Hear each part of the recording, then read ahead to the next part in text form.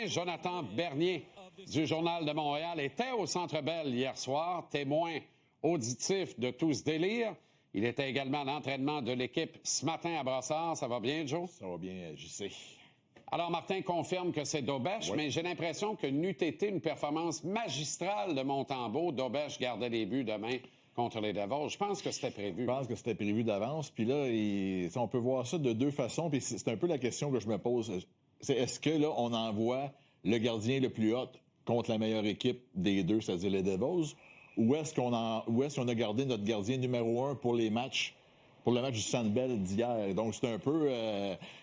on verra, j'imagine, samedi, on sera plus en mesure de savoir vraiment c'est quoi le plan, étant donné que le samedi, c'est un peu un match sacré c'est un samedi soir au Centre Bell pour le Canadien. Cela dit, Daubèche a seulement 2 matchs au Centre Bell depuis le début de la saison, alors que Montembeault en a gardé 4 sur 7. Cela dit, écoute, le débat du gardien numéro 1, selon moi, c'est un débat un peu futile à ce moment-ci de l'année. C'est pourquoi on ne serait pas heureux d'avoir 2 gardiens qui sont capables de se relayer l'un l'autre quand l'autre a des difficultés. On était 15 ans à avoir un seul gardien qui devait garder 65 et 70 matchs des saisons parce que il n'y avait pas d'équipe en avant de lui, puis parce que le backup, c'était souvent un gardien douteux. Là, on a le luxe d'avoir 2 gardiens capables de faire le travail à certains moments donnés de la saison. Pourquoi pas en profiter?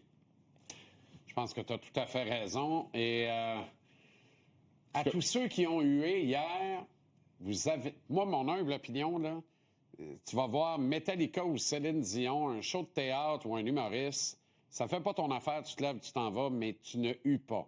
Tu vas voir n'importe quel match de sport professionnel, tu as payé ton ticket, tu as le droit de huer si ça te tente. Par contre, à tous ceux qui ont hué hier soir, m'excuse, là.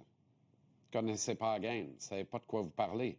Parce que n'importe qui connaît ça un peu ne va pas huer dans cette circonstance-là hier. Mais je suis persuadé que tous ceux qui ont hué ont été les premiers à débouler 2 rangées pour crier Monty, Monty, Monty sur 2-3 arrêts déterminés. Possiblement. Puis moi, j'ajouterais à ça que je te rejoins dans, tu sais, huer, selon moi, c'est pas grave. C'est pas si grave. Du sport. C'est le où j'en ai contre ce qui s'est passé hier, c'est que les gens ont applaudi un arrêt de routine. Ça, selon moi, c'est un manque de respect. La dernière fois qu'on a fait ça, l'organisation a reculé de 20 ans. C'est ça. Huer, tu démontres ton mécontentement, t'es pas d'accord avec ce qui se passe, mais c'est ça, applaudir, c'est comme manquer de respect, c'est se moquer de l'individu. Ivan Demidov, lui continue d'émerveiller. Pense pas qu'il va se faire huer de sitôt, lui. Écoute, encore une fois, spectaculaire hier. Puis moi, ce qui me fascine toujours, c'est à quel point il y a toujours l'air d'avoir un plan B à l'esprit. Tu sais, hier, sur sur le but de Suzuki, à l'origine, c'est lui qui veut tirer la rondelle. Puis la rondelle a bondi sur son bâton. Puis immédiatement, il repart la palette. Il a le réflexe de faire une passe à travers l'enclave en plus. Et sur son tir au but, écoute, la vitesse avec laquelle il a décoché ce lancer-là, c'est sûr qu'il n'y a aucun gardien dans la ligue qui l'aurait arrêté. On vient de voir là, la passe vers Kapanen. Un gars qui est moindrement marqueur là maintenant là-dessus. Là, tu comprends? Tout à fait. Moi, je pense que ce gars-là, il est à 60 de sa production réelle s'il joue avec des gars capables de le compléter comme du monde. Puis, depuis qu'il est sur le power play, sur la première unité de supériorité d'avantage numérique, le Canadien est 7-13 sur ces 7 buts-là. 6 ont été marqués par l'unité de M. Demidov qu'on voit en train de jaser avec Martin Saint-Louis. Puis Martin Saint-Louis, ce matin, il nous faisait remarquer que, écoute, ça va pas bien seulement offensivement pour Demidov, mais que, tu sais, tranquillement, pas vite, il commence à être de plus en plus conscient de son jeu défensif. Il a compris que plus vite il récupère la rondelle, plus vite il peut se lancer en attaque. Puis ça ne prend pas 4-5 secondes avant d'allumer. On peut écouter Martin qui avait pas une théorie, mais comment je dirais ça, une image pour nous faire comprendre le principe. Pour n'importe quel joueur, ce ne sera jamais parfait. Tu cours après la perfection en sachant que tu n'arriveras pas là. Mais c'est les intentions. C'est une game rapide, c'est une game vite. Moi, c'est d'avoir les bonnes intentions. Puis je trouve qu'il nous montre ça. Puis ça, c'est un bon signe qu'il va grandir là-dedans. Mais les intentions, c'est son alarme de quand on parle à rondelle. Il n'y a pas... un Mississippi, 2 Mississippi. Ah, on est à défense, là. Urgence. L'analogie. C'est le jour au touch football avec ses kids, lui, visiblement. C'est ça. Au States, c'est un Mississippi. Ici, c'est un bateau. Un bateau, 2 bateaux, 3 bateaux. On fait ce qu'on peut.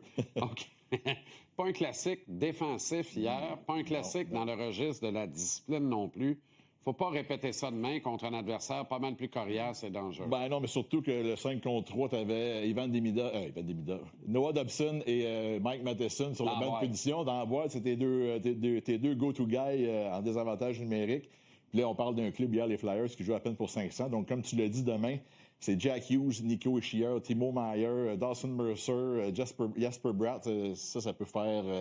tu vas payer le prix si jamais tu es indiscipliné. C'est les Coqs dans l'Est, Joe. C'est l'équipe que tout le monde voit en l'absence de Barkov en Floride, comme le représentant de l'Est en finale de la Coupe Stanley. Dites-moi pas que c'est pas jouable après ça. Là. Il y a une occasion à saisir pour le Canadien.